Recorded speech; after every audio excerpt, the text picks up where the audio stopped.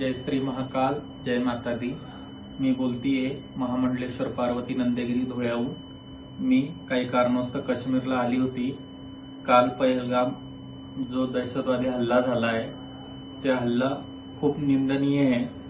आम्ही इथं पाहिलंय की हिंदू लोकांना कोणीही चांगल्या याच्याने पाहत नाही। इथं धर्मवेडे लोक राहतात आणि जे काही झालंय तिथून मी 50 किलोमीटरच्या अंतरावर होती आणि धर्म विचारून गोळी मारण्यात आली आहे। जात नाही विचारली ना राज्य विचारलं, फक्त तुम्ही मुस्लिम आहात का म्हणून पर्यटकांवर जो हल्ला झाला आहे या हल्ल्याचा मी निषेध करतेय। आम्ही इथं फसलेलो आहोत, कुठली मदत नाहीये, तिकीट होत नाहीये, पण आम्ही सुरक्षित आहे। पण मी जनतेला ही विनंती करते की आपणही सावध राहिलं पाहिजे। आपण जे सेक्युलरिझम करतो की हिंदू मुस्लिम भाई भाई, पण इथं आम्ही स्वतः आजमावलंय। आम्ही 6 किन्नर इथं अटकलेलो आहे, पण इथं कोणी कोणाचं भाई नाहीये। हे सगळं जातीपातीचं राजकारण आहे आणि धर्मवेडे लोक आहात। कोणी काश्मीरला इथून पुढे येईल तर विचार करून यायचा। आपली सुरक्षा, आपली काळजी आपल्याला स्वतःलाच घ्यावा लागते। आम्ही पण इथं फसलेलो आहोत, पण आम्ही सुरक्षित हो।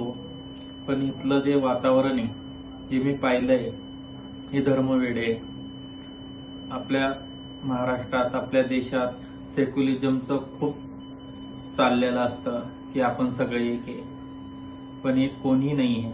हे फक्त धर्माचे वेडे। मी आपल्या हिंदू बांधवांना सांगतेय की आपण एक जर आता नाही झालो तर आपलं पतन निश्चित आहे आणि बटेंगे तर आपण कटेंगे। याच्याकरता मी म्हणते की आपण सगळे हिंदू एक व्हायला पाहिजे, सनातनी एक व्हायला पाहिजे आणि जे मुस्लिम लोकांवर आपण निषेध घातला पाहिजे। त्यांच्याकडून काही फळ फ्रूट काही खरेदी केली नाही पाहिजे। आपणही आपल्या धर्माच्या लोकांकडूनच फळ फ्रूट किराणा खरेदी केला पाहिजे।